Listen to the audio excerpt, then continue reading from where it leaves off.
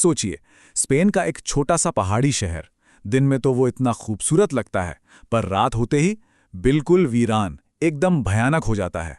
आज हम बात करेंगे सालुसिया की, एक ऐसी ही दिल दहला देने वाली कहानी की जिसे लोग द डेड ब्राइड के नाम से जानते हैं। हाँ, तो सालोपुलिया मतलब आप कल्पना कीजिए, चारों तरफ सफेद दीवारों वाले घर, पतली पतली सी गलियां और हर तरफ सूरज की रोशनी, एकदम शांत समंदर के किनारे बसा हुआ शहर। सच कहूं तो दिन के वक्त ये जगह किसी खूबसूरत पेंटिंग या फिर एक परफेक्ट पोस्टकार्ड जैसी ही दिखती है। पर जैसे ही सूरज ढलता है ना, सब कुछ बदल जाता है। शहर की हवा में एक अजीब सी, एक अनकही सी ठंडक घुल जाती है। सड़कों पर एकदम मौत जैसा सन्नाटा पसर जाता है। ऐसा लगता है मानो पूरा का पूरा शहर किसी अनदेखे डर से कांपकर अपने अपने घरों में दुबक गया हो। और इसी माहौल में, इसी शहर में एंट्री होती है हमारे हीरो की। नाम है मैटियो गुरेरो। सिर्फ 19 साल का, मैड्रिड से आया एक आर्किटेक्चर का स्टूडेंट। अब उसका मकसद तो सीधा साधा था, सलूसिया के पुराने चर्च और सदियों पुरानी इमारतों की बनावट को स्टडी करना। और बस यहीं से कहानी में एक ऐसा मोड़ आता है जो मेटियो की जिंदगी को हमेशा हमेशा के लिए बदल देता है। एक ऐसा गहरा राज जिसे इस पूरे शहर ने अपनी खामोशी में दफना रखा था। तो मैटियो के दिमाग में भी सबसे पहला सवाल यही घूम रहा था, आखिर ऐसा क्या है यहाँ? सूरज ढलते ही पूरा का पूरा शहर अपने घरों में कैद क्यों हो जाता है? आखिर किस चीज से इतना डरते हैं ये लोग? तो अपनी रिसर्च के चक्कर में मैटियो पहुंच जाता है शहर के एक पुराने से कब्रिस्तान में। और वहां उसे एक बहुत ही अजीब चीज दिखती है। एक कब्र के ठीक ऊपर एक टूटा हुआ शादी का मंडप, या कह लें एक आर्च। उस पर सूखे हुए फूल अब तक लटक रहे थे, बिल्कुल वैसा जैसे किसी ने सालों पहले अपनी शादी बीच में ही छोड़ दी हो। उस रात के बाद मैटियो के साथ जो कुछ भी हुआ, वो शायद वो जिंदगी भर नहीं भुला सकता था। अब कहानी शुरू होती है उस सफेद साये की। तो पहली रात उसे अपनी खिड़की के बाहर किसी के चलने की, बिल्कुल हल्के कदमों की आहट सुनाई दी। फिर उस सुनसान गली में जैसे किसी के कपड़े घिसट रहे हों, वैसी आवाज आई। और जब उसने हिम्मत करके बाहर झांका, तो बस एक पल के लिए उसे सफेद गाउन में एक औरत का साया दिखा, और फिर गायब। अगली रात ये आवाजें और भी करीब आ गईं। इस बार जब उसने खिड़की खोली तो देखा पत्थर की सड़क पर गीली मिट्टी वाले पैरों के निशान बने हुए हैं। और ये निशान सीधे उसी पुराने कब्रिस्तान की तरफ जा रहे थे। अब मैटियो से रहा नहीं गया और उसकी क्यूरियोसिटी हावी हो गई। वो उन निशानों का पीछा करते करते कब्रिस्तान पहुंच ही गया। रात के करीब 2 बज रहे थे और वहां उसी टूटे हुए शादी के मेहराब के नीचे उसने उसे देखा। एक औरत फटे पुराने से सफेद वेडिंग गाउन में खड़ी थी और उसका चेहरा एक घूंघट के पीछे छिपा हुआ था। लेकिन जो सबसे ज्यादा डरा देने वाली बात थी वो ये कि उस औरत के पैर जमीन को छू ही नहीं रहे थे। वो हवा में तैर रही थी। और बस उसी पल मैथ्यू की रगों में जैसे खून जम गया।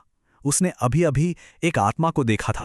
अगली सुबह बुरी तरह से डरा सहमा मैटियो सीधा भागा अपने गेस्ट हाउस के बूढ़े केयरटेकर के पास। और फिर उसे पता चली उस कब्रिस्तान में भटकने वाली दुल्हन की दर्दनाक कहानी। वहां के लोग उसे कॉप्स ब्राइड कहते हैं। ये एक ऐसी दुल्हन की आत्मा है जो कहते हैं सदियों से उस कब्रिस्तान में भटक रही है।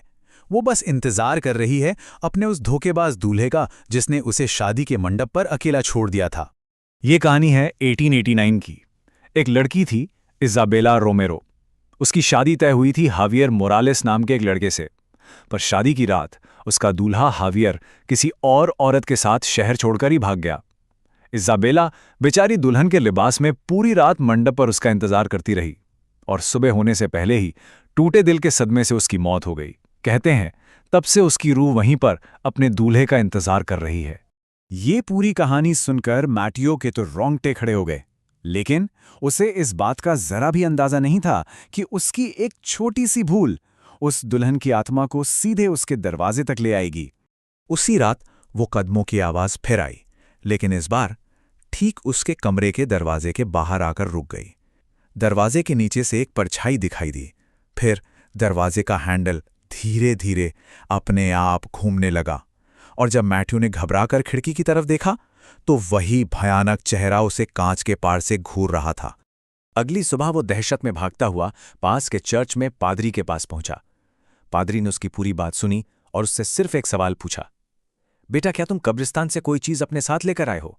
और बस तभी मैथ्यू को याद आया वो सूखे हुए फूल जो उसने उस टूटे हुए मेहराब से उठाए थे। पादरी के अगले शब्द सुनकर तो मैथ्यू के पैरों तले जमीन ही खिसक गई। उन्होंने कहा, उन फूलों को छूकर तुमने उस आत्मा को यकीन दिला दिया है कि उसका दूल्हा आखिरकार उसे लेने के लिए लौट आया है। पादरी ने मैथ्यू को फौरन वो शहर छोड़ने के लिए कहा, लेकिन शायद अब बहुत देर हो चुकी थी।